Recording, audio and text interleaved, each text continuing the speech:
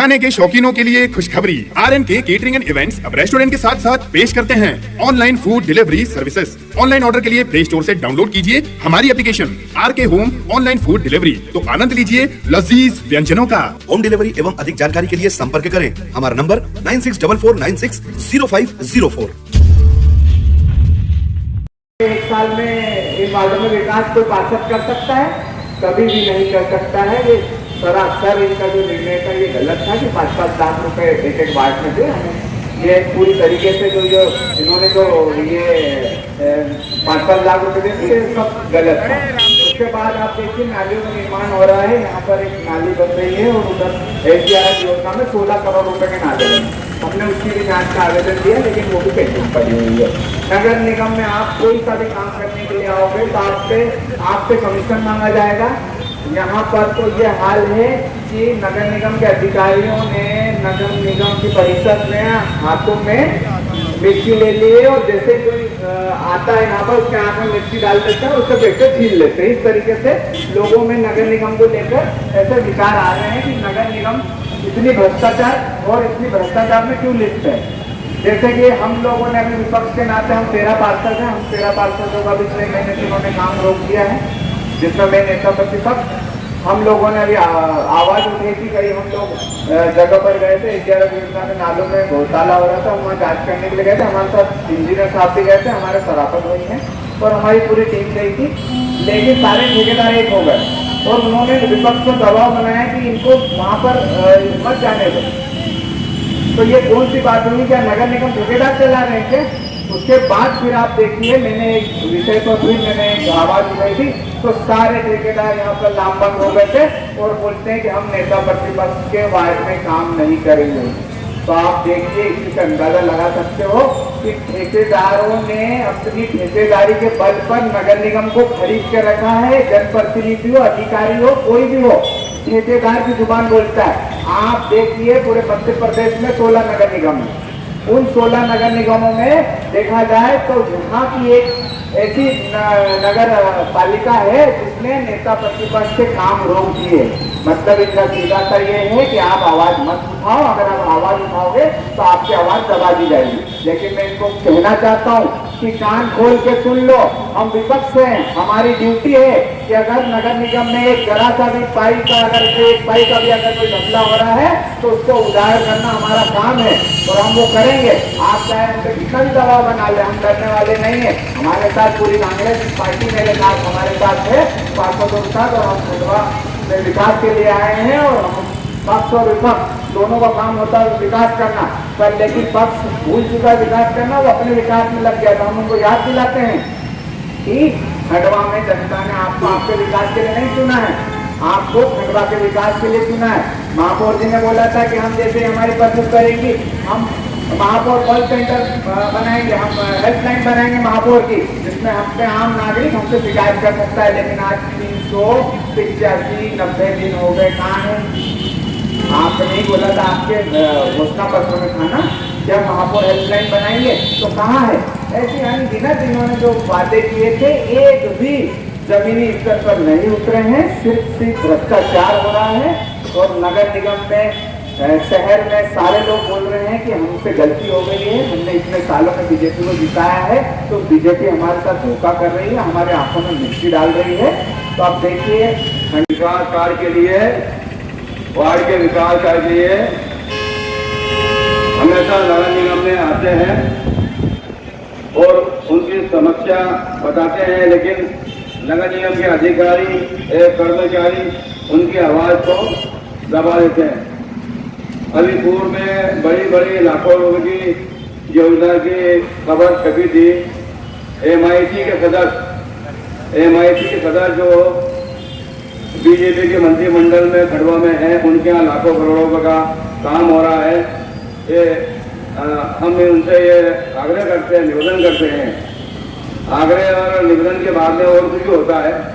हम महापौर से भी कहना चाहते हैं, कमिश्नर से कहना चाहते हैं और जितने नगर निगम के अधिकारी है ये सुन रहे कि ऐसा नहीं चलेगा कि जनता ने आपको चुन के भेजा है महापौर को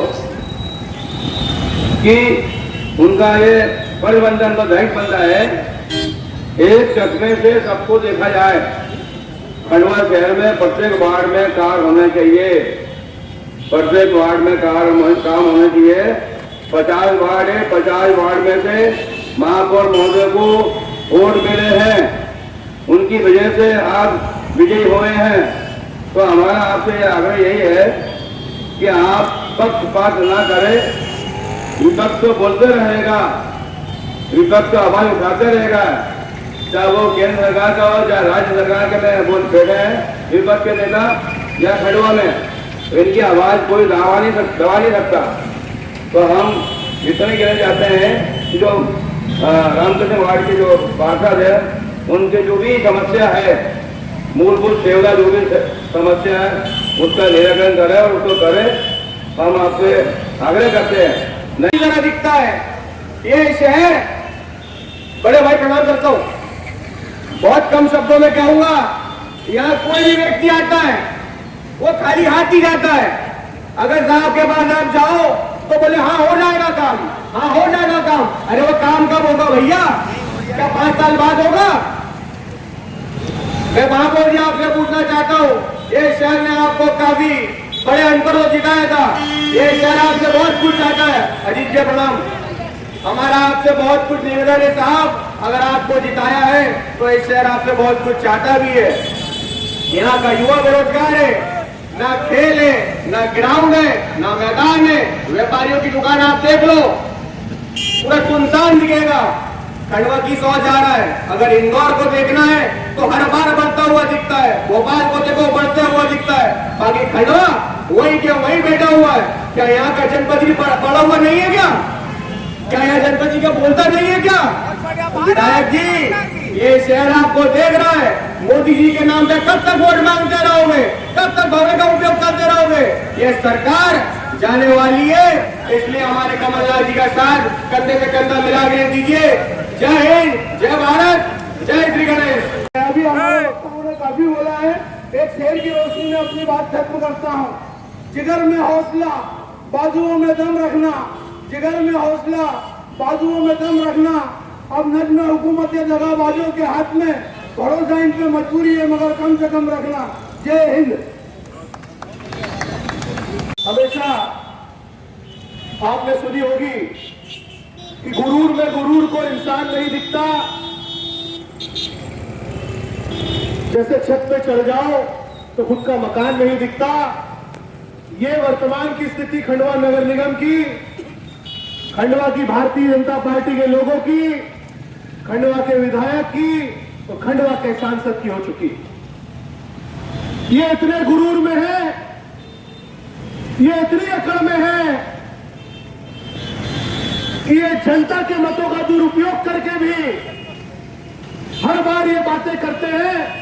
जब भी कोई कांग्रेसी कार्यकर्ता, नेता, पार्षद, विधायक इनके भ्रष्टाचार की बात करने जाता है तो इनके नेता, विधायक, मंत्री ये कहते हैं कि भाई हमको तो जनता चुन रही है, हम तो जम के कमाएंगे, जम के भ्रष्टाचार करेंगे, जनता को फर्क नहीं पड़ रहा तो कांग्रेस को क्या फर्क पड़ता है।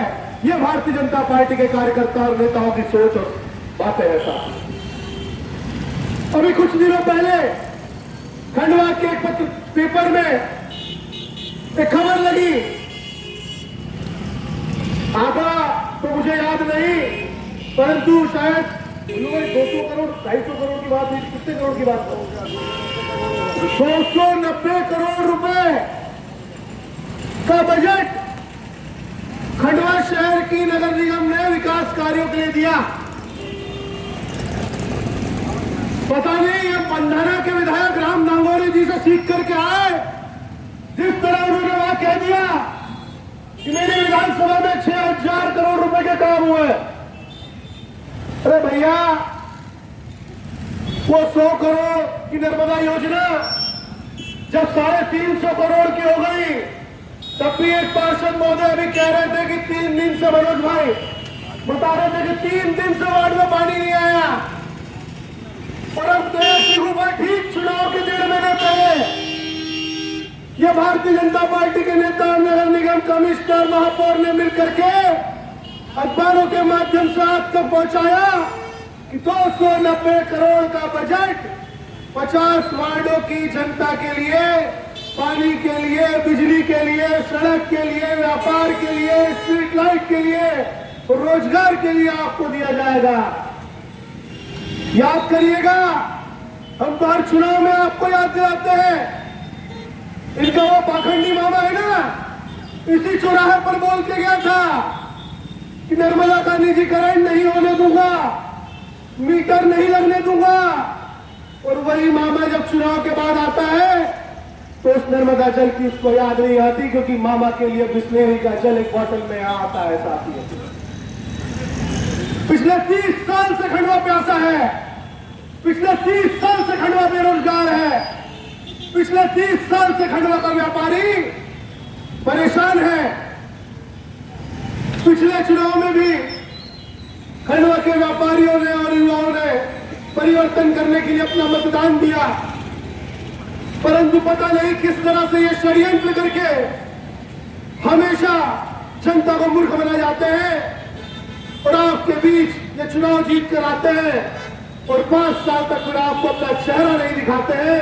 ऐसे लोगों को, ऐसे भारतीय जनता पार्टी के दलों को सबक सिखाने का मौका साथियों अब आया है।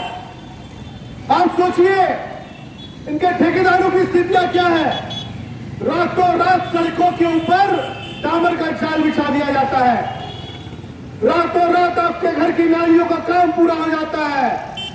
पहले बंटी और बमली ने लूट लिया, फिर हरसूद वाले आए, उनने इतना लूटा कि उनकी 5 पीढ़ियां अब आकर बैठेगी और खाएगी, तो खंडवा की जनता को और आपको चेहरा दिखाने के लिए उनको नहीं आना है। और एक बार फिर खंडवा में आपने महापौर चुना, नेता निगम का अध्यक्ष चुना, वो भी ऐसा तो जनता जब अपनी बात लेके जाती है और हमारे पार्षद साथी जब अपनी बात लेके जाते हैं तो निगम का अध्यक्ष बोल देता है मेरे हाथ में कुछ नहीं है, न अध्यक्ष के हाथ में है न महापौर के हाथ में है। मैं पूछता हूं जब आपके हाथ में नहीं है तो जिस खंडवा की जनता ने आपको साधुवाद दिया और आशीर्वाद दिया, उसी खंडवा की जनता के लिए आप इसी चौराहे पर आके अपना इस्तीफा दीजिए और बता दीजिए कि आप इस खंडवा की जनता के काम करने के लायक नहीं है। 1.5 महीने पहले स्टेटमेंट देते हैं कि निगम के पास बजट नहीं है और 2 महीने बाद 290 करोड़ का बजट आपके सामने देने की बात करते हैं। जो निगम, जो परिषद साधारण सभा का सम्मेलन नहीं बुला पा रही, उस परिषद को कोई अधिकार नहीं है कि वो खंडवा की जनता के मतों का दुरुपयोग करे और आपको चोट पहुंचाए। साथियों, एक बार फिर से लोकतंत्र आपको मौका देने जा रहा है। खंडवा विधानसभा के चुनाव है, मध्य प्रदेश का चुनाव है। पिछली बार मध्य प्रदेश की जनता ने बहुत आशीर्वाद कमलनाथ जी के ऊपर लुटाया, लेकिन कहीं ना कहीं खंडवा की जनता ने एक बार फिर कमी की, जिसका परिणाम हमारे सामने है कि इनके सरपंच से लेकर के पंच और विधायक से लेकर सांसद को लगता है कि खंडवा में अगर हम कुछ ना भी करेंगे तो भी भारतीय जनता पार्टी यहां विजयी होगी। या आपको हमारी नाकामयाबी है साथियों कि 3 पुलिया का फ्लाईओवर भी आज तक नहीं बन पाया। या आपको हमारी नाकामयाबी है कि खंडवा में बाईपास और रिंग रोड नहीं बन पाया। या आपकी और हमारी ही नाकामयाबी है कि खंडवा की जनता प्यासी है, खंडवा का युवा बेरोजगार है और आपकी और हमारी नाकामयाबी की वजह से आज खंडवा इतना पिछड़ा है।